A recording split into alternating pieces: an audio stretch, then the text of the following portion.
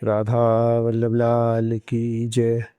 महाप्रभु श्री हरवंश चंद्र वर्जू महाराज की जय। हरिवंश सुधर्म जो नित्य करे, हरिवंश कही सुनहि बिसरे। हरिवंश सदा निधि है तिनके, सुख संपत्ति दंपति जो जिनके। सुख संपत्ति दंपति जो जिनके। श्री सेवक जी षष्ठम प्रकरण के षष्ठम छंद में बड़े ही सुंदर तरह से हरिवंश महाप्रभु के दिव्य धर्म के बारे में कह रहे हैं कि हरिवंश सुधर्म जो नित्य करें। इस सुंदर धर्म का आपको नित्य प्रति पालन करना है। हरिवंश कही सुनहि बिसरे। हितजी महाराज ने अपनी वाणी में जो जो जैसे जैसे आदेश दिए हुए हैं उनको आप समझें। हरिवंश सदा निधि हैं तिनके, सुख संपत्ति दंपति जो जिनके। ये हरिवंश महाप्रभु को निधि की स्वरूप में हमने माना। तीनों ही लाइन कुछ इस तरह से उन्होंने कही है कि जो कि जीवन का वास्तव में सार है। हरिवंश सुधर्म जो नित्य करे। हितजी महाराज का धर्म क्या है? महाप्रभु ने किस चीज को मुख्य रूप से धर्म माना है? श्री नाभादास जी जब महाप्रभु का चरित्र लिखते हैं भक्तमाल में, तो कहते हैं इस चीज को कि हरिवंश महाप्रभु जो कि नित्य प्रति कुंज निकुंजों की उपासना में श्री प्रियालाल को दुलराते हैं, वही ऐसे सुकृति हैं जो कि इस बड़भागी धर्म को समझते हैं, प्रेम लक्षणा भक्ति को समझते हैं।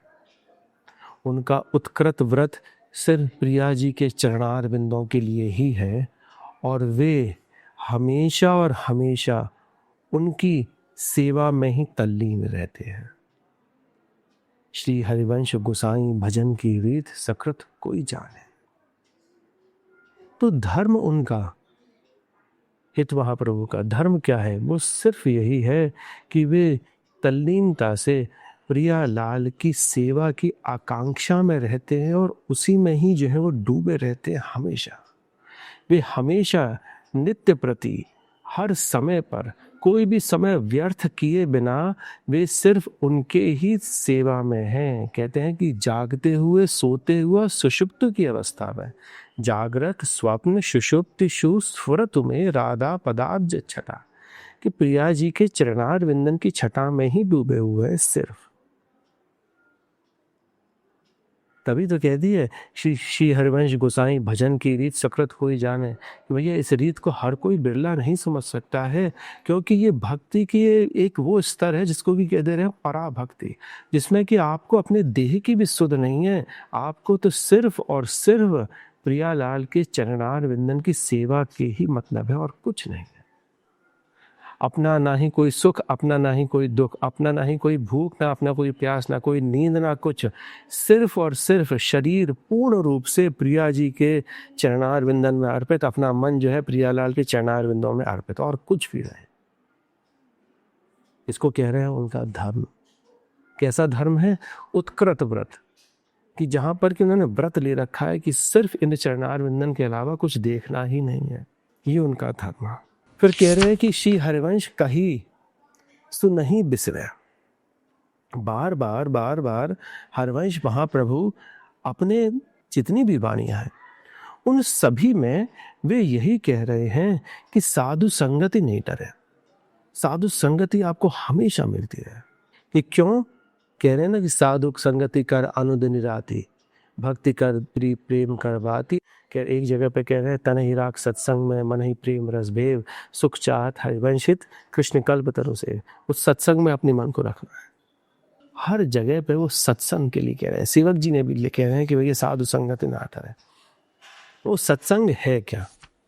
तो वहां पर हम एक बहुत बढ़िया ये भी बात समझ सकते हैं जो कि अगली लाइन में सेवक जी कह रहे हैं कि हरिवंश सदा निधि है तिनके। वो निधि है क्या? तो इसके लिए एक बड़ा सुंदर उदाहरण है, गरुण जी और काकभूषणी जी का संवाद हो रहा है। तो काकभूषणी जी से गरुड़ जी पूछते हैं कि इस जग में सबसे बड़ा दुख क्या है और सबसे बड़ा सुख क्या है। तो वहां पर काकभूषणी जी बड़ा सुंदर उत्तर देते हैं उनको, नाही दरिद्र सम दुख जग माही, संत मिलन सम सुख जग नाही। इस पूरे संसार में सबसे बड़ा दुख क्या है? वो है दरिद्रता। दरिद्रता सबसे बड़ा दुख है। और सुख क्या है? संत का संग। अब देखिए, दरिद्रता किसकी कह रहे हैं? दरिद्रता का मतलब ये नहीं है कि पैसे, आपके पास में पैसे नहीं है और सुख नहीं है तो आप दरिद्र हो गए। और अगर पैसे की बात करते तो वो यहाँ पे ये भी कह सकते थे कि भैया सुख कौन सा है, जहाँ पर पैसे मिल गए, यहाँ पर दरिद्रता नहीं है। पर देखिए, दोनों में ही बिल्कुल अलग अलग बात है। कह रहे हैं कि दुख क्या है? जहाँ पर दरिद्रता है, और सुख का है जहाँ पर कि संत संग है। दरिद्रता किसको कह रहे हैं? दरिद्रता उसको कह रहे हैं कि जहां पर आपके अंदर संतोष नहीं है, वो दरिद्रता है। सब कुछ चीज होने के बाद में भी आपके पास में अगर संतोष नहीं है तो आप दरिद्र हैं। और सुख किसको कह दे रहे हैं? वो सत्संग को, संत संग को सुख कह दे रहे हैं। क्यों? क्योंकि वही संत आपको बार बार बार बार टोक टोक के उस सत्संग के माध्यम से बोध करा रहा है कि नहीं, आपका लिए संतोष का धन ही सबसे बड़ा है और कोई सा धन आपके लिए सबसे बड़ा नहीं है। वही आपके लिए संतोष रूपी निधि है और कुछ नहीं है। अगर संतोष रूपी निधि आपके पास में है तो अगर आप एक मिट्टी के घर में भी रह रहे हैं तो उन राजाओं से सबसे बड़े हैं जो कि महल अटारियों में रह रहे हैं। क्योंकि संतोष ही एक ऐसा धन है जिससे कि आपके मन में, मन मंदिर में प्रफुल्लता आएगी और वहां पर प्रभु आके विराजमान होंगे। और ये संतोष का धन देने वाला एकमात्र सदगुरु होता है और कोई नहीं दे सकता। इसके उदाहरण आपको कई जगह पे मिलेंगे। कह रहे हैं कविवर, गोधन गज धन बाजी धन और रतन धन खान, आ जब आवे संतोष धन सब धन धूरी समा। देखिए कितना सुंदर है कि धर्म से समन्वित अर्थ ही वरेण्य है। और निसंदेह ये वाली बात भी है, जहाँ जहाँ पर हम लोग बात करते हैं धर्म अर्थ काम मोक्ष की, तो वहाँ पर सर्वप्रथम किसके बारे में कही गई? चतुष्टय में धर्म के बारे में कही गई। और दूसरा नंबर आया अर्थ का। तो अर्थ भी कौन सा वाला होना चाहिए?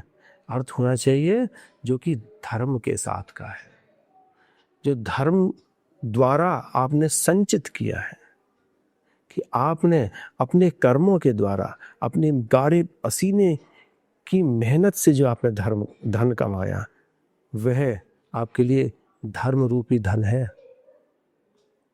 और उसको जितना भी आप कमा लो उससे आपको संतोष ही मिलेगा। पर जहाँ पर आपके पास में अर्थ किसी अधर्म से है तो वहाँ पर आपको संतोष रूपी धन नहीं मिल सकता है। तो यहाँ पर इसीलिए कहते हैं तुलसीदास जी, इस दरिद्र को जीवन का सबसे बड़ा दुख बताकर उन्होंने संत मिलने को सबसे बड़ा सुख बताया। क्योंकि संत रूपी सद्गुरु ही व्यक्तियों को लोभ मोह एवं ईर्ष्या से अंधकूप से निकालकर ज्ञान के प्रकाश मार्ग को दिखाता है। कि जिस तरह से हरिवंश जी महाराज के लिए संतोष क्या है? मेरे लिए संसार का संतोष यही है कि मुझको हरिवंश महाप्रभु का नाम मिल गया, उस नाम का स्वरूप पता पड़ गया, उस नाम की लीला पता पड़ गई, सब कुछ मुझे वहां पर पता पड़ गया उस हरिवंश नाम में। तो वही मेरे लिए निधि है, वही मेरे लिए सब कुछ चीज है। तो हरिवंश कहीं सुनहि बिसरे, हरिवंश सदा निधि है तिनके, सुख संपत्ति दंपति जो जिनके।